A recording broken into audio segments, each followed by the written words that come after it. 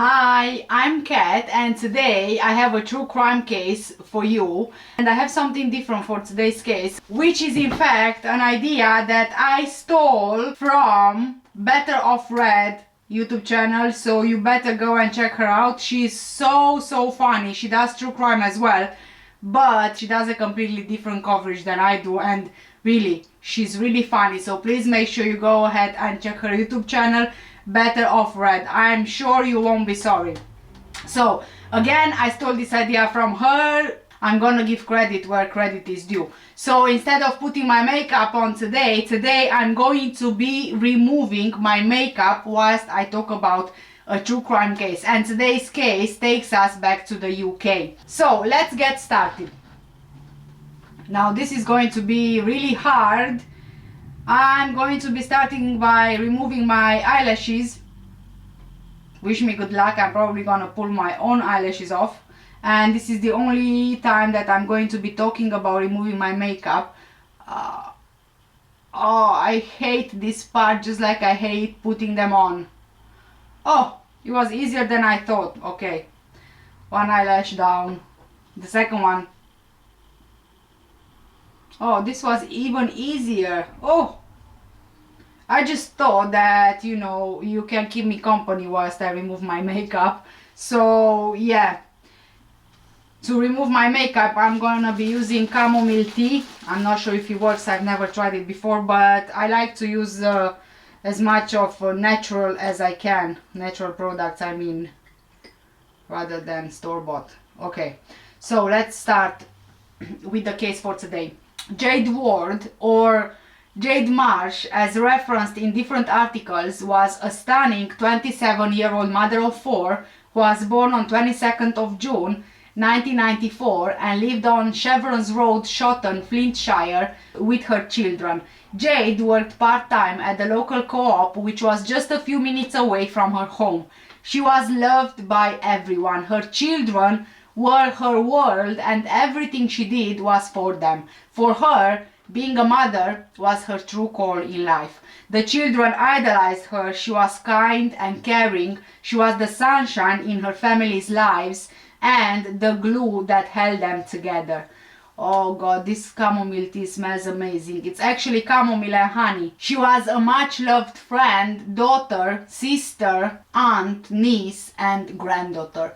Jade really loved to dance. She would dance in the kitchen, on the dance floor. She would just dance everywhere and you would always see her smiling. She loved socializing, going on nights out with friends, but she also had a very close relationship with her mother, Karen Robinson, her father, Paul Ward, her older sister, Rebecca Robinson, her older brother, Kyle, and her younger sister, Philippa. But really, she had a great relationship with the whole family. She was just one in a million. Unfortunately though, Jade's children would never be able to celebrate her 28th birthday, to write cards, to give her gifts, or just to sing happy birthday, because their father would take Jade's life in the most cruel way in the middle of the night whilst they were asleep. In the days before the tragedy, Jade seemed even happier. She finally managed to be free of her husband's controlling behavior and his paranoid actions. Jade didn't really want a broken family, so she put up with her husband's behavior for quite some time for the sake of their children really, but at one point she decided that enough was enough. In 2021, Jade and Russell Marsh, who was only 2 years older than her, had been in a relationship for the last 9 years, but over the years their relationship was an on and off relationship, breaking up, then getting back together over and over again. However, in 2019 they decided to get married. Throughout their relationship they had 4 children, 4 boys, and Russell has another child from another relationship. Russell left school when he was 16 years old with 2 GCSEs in science and religious studies. He then obtained an apprenticeship in mechanical engineering. In 2017, there was a period when he was signed off from work due to ill mental health caused by pressure and anxiety. During this time, he was actually medicated, and I assume this was for his mental health problem. After getting married with Jade in 2019, following house renovations and their wedding, Russell was in £30,000 debt due to this, even though both him and Jade were paying for the renovations and also for the wedding. With this debt, Russell increased his workload at the new workplace bioenergy power plant that he worked at, working around 60 hours a week. So all in all, Jade and Russell had been together on and off for 9 years. Towards the end of their relationship, they were both just tired and drained and had almost no physical intimacy. In summer of 2019, not long after their wedding, they had split up once again for different reasons, but they got back together after just a few days. At the time of that split, Russell was accused of bruising Jade's wrist, but he would later say that he was never violent with her. At the beginning of their relationship, Russell and Jade actually got on really well. However, after getting married, Russell's behavior towards Jade changed radically. He treated her like his property and he became very controlling. Jade's friend, Taylor Wesley, even argued with him over his behavior.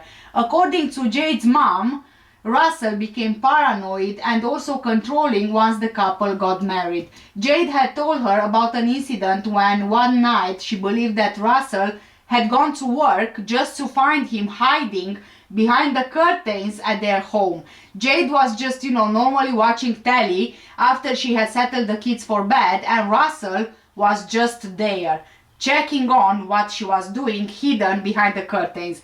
Jade's friends also said that Jade would be hounded with calls and messages from Russell when they were not together. Jade always seemed on edge and anxious when it came to his actions. The friends got the impression that Russell didn't really want anyone involved in Jade's life. Rebecca Robinson, Jade's sister, remembers Jade getting constant calls from Russell, even when she just popped down to their local Asda store. A few days before Jade's death, they had a video call, but Rebecca didn't really notice anything out of the ordinary. Taylor Wesley, Jade's friend, has known Jade since they were teens, but they became inseparable friends over the last 10 years. Taylor believed that Russell was jealous of Jade for having friends. Jade even told her that Russell would make her skin crawl when it came to sexual activity between them. In August 2020, they had separated once again. Taylor went to help Jade collect belongings from the house and she heard someone falling down the stairs. Jade was picking herself up and initially claimed that she tripped, but she later said that Russell strained her on the bed, shouting at her about leaving before pushing her down the stairs. In that same month, Jade had the gender reveal party for their fourth child in Taylor's back garden, to which Russell had not been invited. Obviously that Russell is not going to have any of this. He repeatedly called Jade and he then just showed up at the party, calling Jade a shit mom, demanding to know when she would get home. Taylor had to kick him off the property. This whole incident made Jade feel quite embarrassed, and rightly so, I would say. In September 2020, there was another incident at a surprise party for Taylor's partner and Jade's cousin, Jack Robinson. Again, Russell had not been invited, but he turned up anyway, asking Jade to get back home, claiming that she left the children unattended, but that wasn't true. Jade's mom was actually taking care of the children. Russell then drove along Chevron's Road and arrived at Jade's home demanding to be let in. This was around 2 a.m. He bundled up the kids and took them to his workplace at the bioenergy Ellesmere Port power plant. Taylor drove Jade out to find this power plant, but they eventually called the police. However, this was not escalated further as Russell was their parent. According to Taylor, Jade stayed with Russell for as long as she did for the sake of her children because she didn't really want a broken home. Russell admitted to Taylor that if he couldn't have sex with Jade whilst she was awake, he would get it whilst she was asleep. Taylor would tell Jade this was rape and she would need to report him, but Jade didn't want to do it because she didn't really want her boys thinking that their dad was like that. Russell even said on numerous occasions that if he can't have Jade, then no one else would have her. In the days leading up to Jade's death, on August the 20th, 2021, Jade told Taylor that she would be ending the relationship with Russell that same weekend. They were at a friend's house for a birthday celebration. Jade didn't really want to keep going around in circles, and this time was different from the previous times. She had found a glimpse of happiness at the prospect of a new relationship with another man called Charlie Dale. Russell kept pestering Jade over the phone that night, and he became quite paranoid about Jade and Charlie. He thought that she was having an affair with him. On Sunday, August 22nd, 2021, Jade went into work in co-op as normal. As far as Taylor knew, she had ended the relationship with Russell on that night after getting home from work. Jade asked Russell to leave the house, but Russell insisted on sleeping in his Ford Focus. He came up with all the usual excuses that he would change and all these kind of manipulative things that abusers usually do. But this time Jade didn't change her mind and she ended the relationship.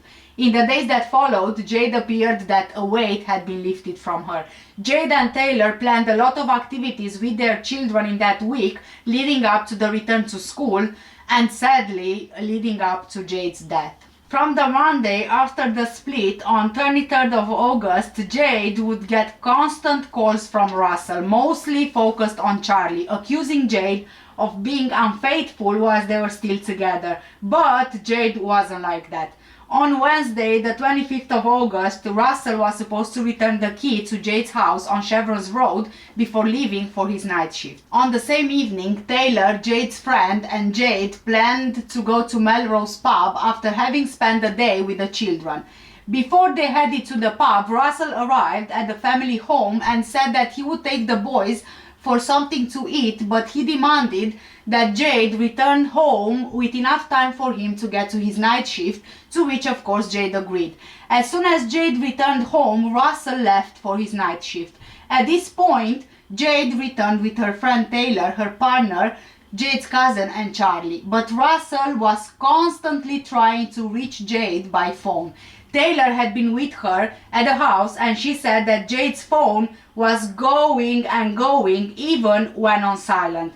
Jade shared some concerns with Taylor that Russell will come back to the house. Taylor offered to spend the night, but Jade refused, saying that they were just a few doors away and Russell wouldn't do anything with the kids being there.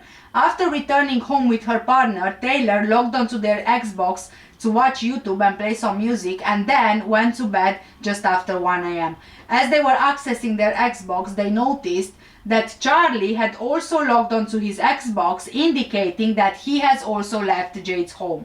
Taylor realized something was not quite right when she was alerted to the fact that North Wales police were breaking down Jade's front door. She also noticed that Jade's car was gone from the front of the house. Zach Robinson, who is Taylor's partner and Jade's cousin, grew up directly across the road from Jade and would see her almost every day. She was more like a sister to him than a cousin. In the months leading up to Jade's death, Zach spent most days with Jade and Taylor.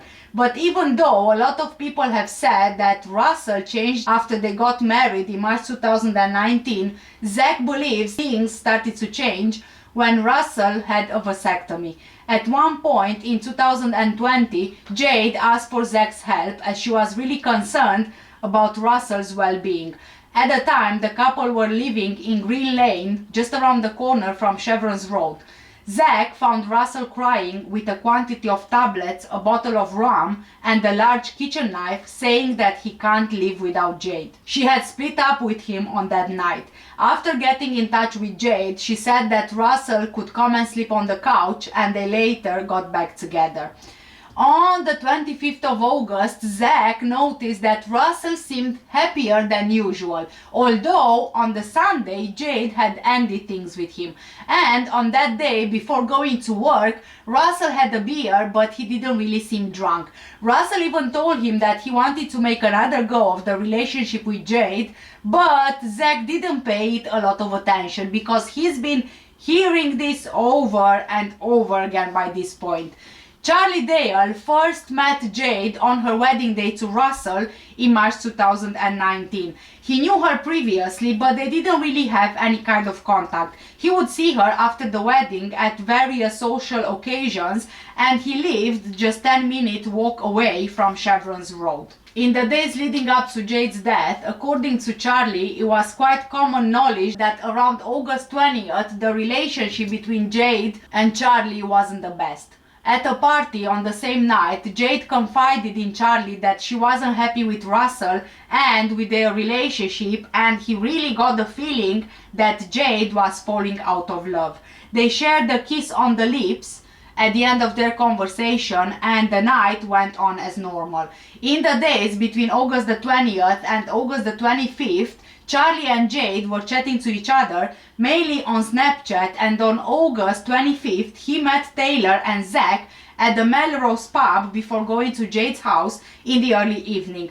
Throughout the evening there was a great atmosphere. It was on this night that Charlie found out Jade split from Russell on the Sunday just gone, 22nd of August, but he wasn't really told what was happening during the breakup. He as well saw all these calls that Jade kept receiving from Russell and the minutes between these calls, but this type of behavior was actually quite normal for Russell, always wanting to know where Jade was and who she was with.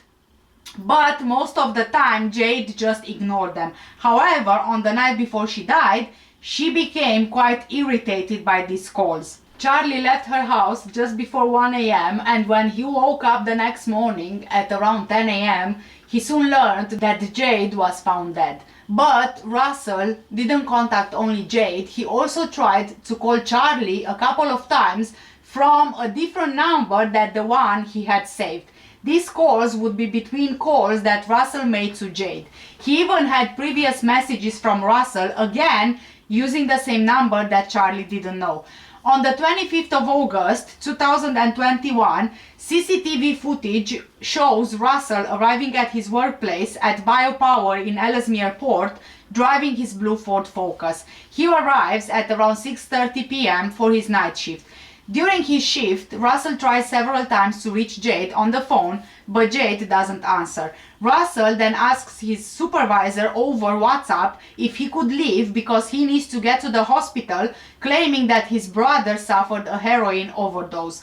Russell promises to return to work at 1 a.m. After he left his work, traffic cameras spotted him driving away from Cheshire and over the border to North Wales. He travelled off the M56 where he stopped to fuel up his car and buy a bottle of Coca-Cola, and then he arrived in Shotton outside Jade's house. Cell site analysis confirmed that Russell was in the same area as Jade during the early hours of the morning. He also went a short distance away to the house where Charlie lived at, who he believed was in a new relationship with Jade, before then going back to Jade's home. A few hours pass before any more data is obtained. Jade was probably killed during this time. In the early hours of August 26, Jade's mobile phone makes a 40-minute phone call. This went to the landline linked to Russell's parents, who lived over the border in Cheshire.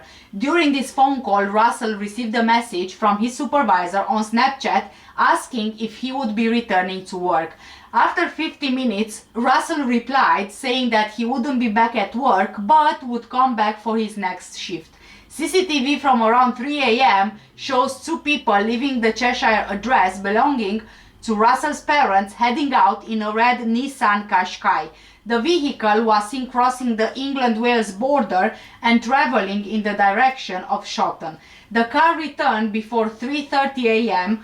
and hours later Russell handed himself into the police at Blacon with his father telling officers he did something horrible to Jade. Before this, CCTV caught images of a bronze-colored Vauxhall Zafira traveling out of Shotton and being parked at the Cheshire address of Russell's parents at around 6 a.m. This was believed to be Jade's car.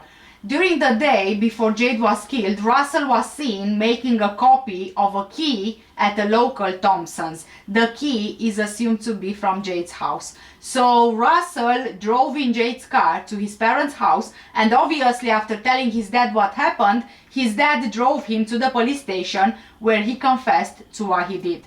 Russell had attacked Jade with a knife before strangling her, and after handing himself into police, he told officers they will find his wife upstairs and dead in her bed. Police forced entry to the property and they found Jade in the location he indicated, but she was covered with a pile of clothing. The door was also secured with a dressing gown cord. Jade was found in blood-stained pajamas. She suffered multiple wounds across her body, including her face and arms. Grip marks left her bruised, and there was evidence of defensive wounds sustained around the hands, showing that she made efforts to fight off the attacker. The pathology expert determined that Jade's horrific cause of death was concluded as asphyxiation that could only be carried out by another person. Her body had been mutilated. One of their children said that on the night Jade died, during the party Jade had, he was in his bedroom playing on his Xbox, but the party finished by the time he went to bed. During the night, after they had all gone to sleep, he heard loud banging and shouting coming from his mom and dad's bedroom. Russell had returned to the house before the shouting and banging. He obviously used the key that he made a copy of to get access to the house. He went into the boy's bedroom whispering to him that Jade had been kissing another guy, and after this the boy heard something that sounded like fighting. Russell later woke the boys up and took them to their grandparents' house in Cheshire, still in their pajamas. During the drive, Russell questioned the boys about who was at the party and asked about the names of several men. The boy saw marks on his dad's neck through one of the car mirrors. He was confused but didn't ask his dad where he got them from. One of the other boys remembered as well about the party, but he said that he was playing a computer game and didn't spend time with the adults before going to sleep. He heard footsteps going up the stairs and he knew it was Russell because he remembered his dad coming into their room when he was sleeping and heard his dad whispering to the other boy who was sleeping in the same room, but he couldn't hear what his dad was whispering. He heard the footsteps up the stairs after Russell went into their room. Later on, Russell woke him up to go to his parents' house. He saw his dad really upset but didn't quite understand why. The police officers that first had contact with Russell said that he hardly spoke when brought to the station by his father. He was arrested for murder and repeated words to the effect of "I'm effing sorry" and that he loved his boys, telling officers that they didn't know what he'd been through for the last 3 years.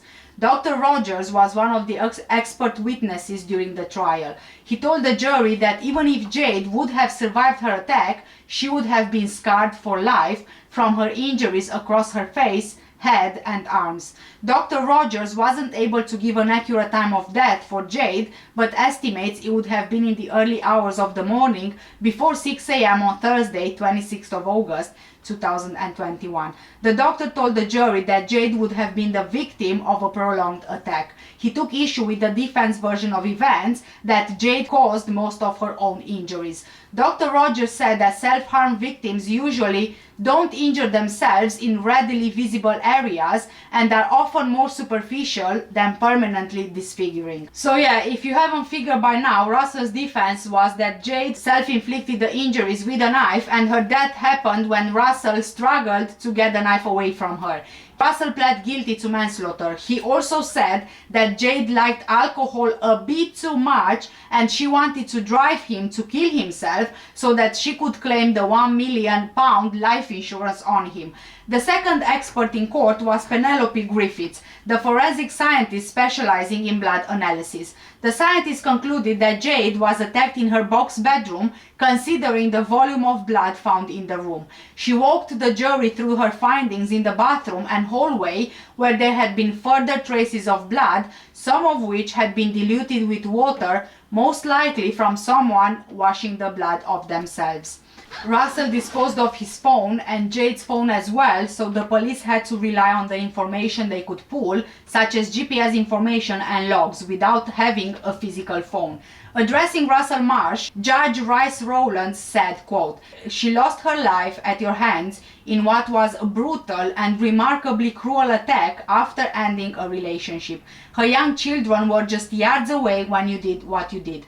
I watched you throughout this trial and you haven't shown the slightest bit of remorse. There can only be one sentence for murder, and that is of life imprisonment." End of quote. Russell was sentenced to life in prison with a minimum term of 25 years before being eligible for release.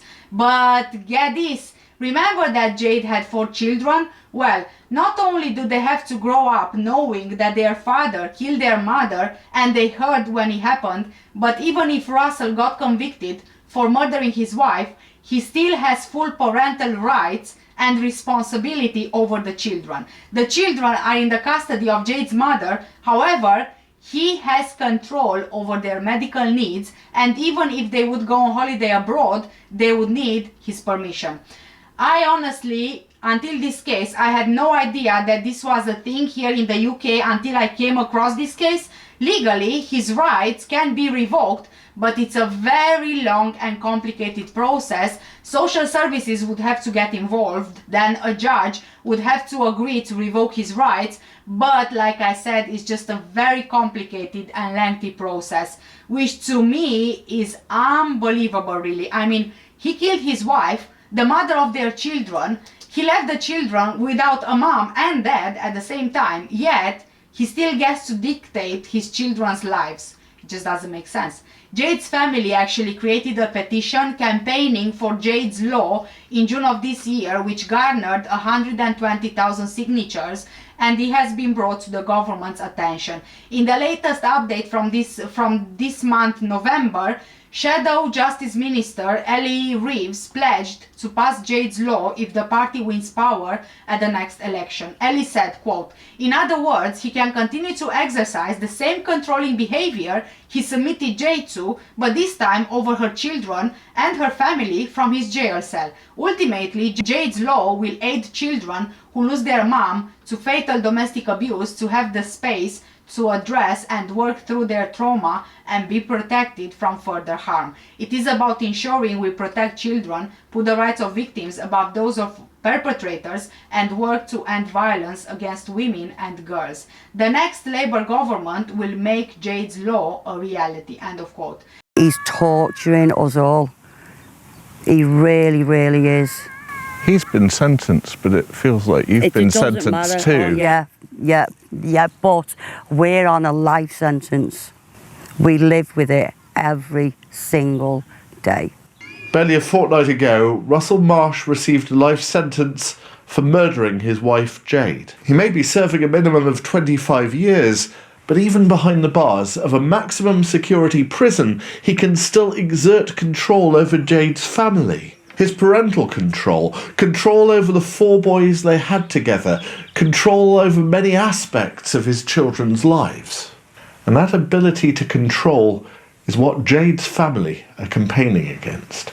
And even though he's been sentenced to 25 years for killing your daughter, he can still control in prison. He is always looming over our heads because, you know, he has still got to say, he took them boys' mum away, he took her say away. It's wrong that a parent who was murdered another parent has still got to say. Can you quite believe you're having to fight this fight? No, like even, you know, when it happened, we thought as soon as he was sentenced, that'd be it. You know, there'd be his rights would be stripped. When you find out it's not it, what happens then? We were just so shocked. We really were like, you know, he took Jade's right away, but he's, you know, he still gets to know what the boys are doing. Family friend and law graduate Eddie's started a petition they hope one day could become Jade's Law, that parents who kill have their parental responsibilities suspended whilst they serve their sentence. It's an anomaly, and yet it's something that's a reality for everyone around Jade. It seems bizarre to me that somebody who possesses such a privilege and the responsibility of parental responsibility would still retain that, even though he's created the situation that we all now face. In the space of a few days, it's gained 15,000 signatures, reach 100,000, and the argument can be heard in Parliament. And at the heart of this argument, 4 boys, Jade's boys. I hope you don't mind me asking this, but how on earth are they coping? Really well. Honestly, really well. You know, they are with the best people. You see Jade and them every single day. Russell Marsh was a controlling man until he utterly lost control. Now Jade's family are hoping their human rights might, one day, override his. Rob Shelley, ITV News. Karen, Jade's mom, who started the petition, described Russell as scum and said that he told a pack of lies about her family to the authorities since his sentencing. She said, quote, "He wants the boys to be taken away from the family and placed in care. There is no reason why the boys can't stay with family. All of us obviously have had to be vetted. All he's ever done with his kids is use them as pawns in his games. I will not allow Jade's death to be in vain. I will not stop until Jade's law is passed. Every day I see a part of Jade in those boys. It's bizarre. They idolized her and she idolized them, and he thinks it's perfectly fine to try and get them taken off the family and put it to care." End of quote. Karen said that Jade's children know that mommy is in heaven and they know that she's always around them and she's giving them hugs and kisses. And when they go up to the cemetery, they just sit by her grave and they blow her kisses and they tell her that they love her. They are really strong kids. Paying tribute to Jade, Karen said, quote, "She was kind, caring, loving, supportive. Honestly, she was everything. She was amazing. Everyone who met Jade loved her from the first second. She had this aura around her, this aura of warmth. She was one in a million. There will never be another Jade. I know this might sound a bit drastic, but the world really has lost out." End of quote. In a victim impact statement read to the court, Jade's brother, Kyle Robinson, described her as kind, beautiful, funny, caring. Jade always saw the good in people, but sadly her good heart and ability to forgive led to her death. Addressing her murderer, his statement added, quote, "He's given her sons the burden of having to carry around this crime for the rest of their lives." End of quote.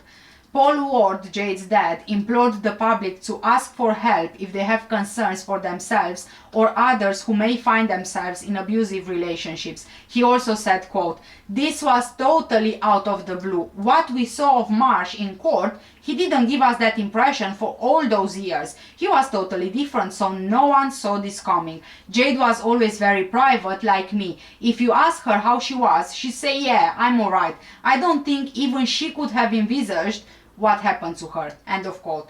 Paul urged people to be mindful of what they see and hear from family members, friends, neighbors and others in their community. He added, quote, "I want to stress, if you ever feel concerned or hear anything, or if you're suspicious about something, reach out for help, ring the police. If you hear screaming or shouting, even if it turns out to be nothing, you're not a grass or a snitch. You never know. We didn't know this was coming and it's totally wrecked lives. It's wrecked mine and Karen will never get over it." End of quote. 26th of August last year, our world was torn apart by the death of our beautiful Jade.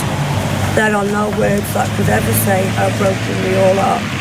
Jade was an amazing daughter, sister, granddaughter, sister-in-law, niece, cousin, auntie and a friend to so many. But above everything else, she was the most amazing mum to her 4 boys. She loved them with everything she had and so much more. She really lived for her boys. Jade was beautiful, caring, funny, loving, whose smile could light up the world. We see so much of Jade in her boys on a daily basis. Losing her has left a huge hole in all of our hearts that can never be refilled. Jade will live on in our thoughts, memories and all of our broken hearts. We would like to thank everyone for all the love, support and strength shown to our family and to Jade's many friends. The community have been amazing. They loved Jade also. Everyone who met her fell in love with her. She has certainly left her mark. We say a heartfelt thank you to the police and everyone who worked on Jade's case, and a huge special thank you to Morgan and Gary, our liaison officers, for making this horrific time in our lives a little easier. I will forever have 4 amazing children. Hi, Becky, Jade and Pip. Thank you. If you or someone you know is suffering from domestic abuse, Live Fear Free can be contacted on 0808 801 0800. The number is again 0808 801 0800. This, guys, is a truly horrific case, and to think that Jade believed Russell wouldn't do anything to her with the kids in the house just goes to show that you can never trust an abuser. Sadly, the children will have to carry this with them for the rest of their lives. I just can't get over the fact that he did it with the children in the other bedrooms. What could be going through their mind now, knowing that the noise they heard was Daddy killing Mommy? It just breaks my heart, and I really hope they won't be carrying this burden with them for the rest of their lives. I'm staying positive, and I'm thinking that they are resilient and strong, and they will get over this, and they will grow to be adults and lead wonderful lives with their mom watching over them. Thank you guys so much for watching today's case, and thank you for being here. You know, I do take case requests, so if you have any request in particular of a case you want me to cover, just leave the name or whatever details you have in the comments section down below under this video.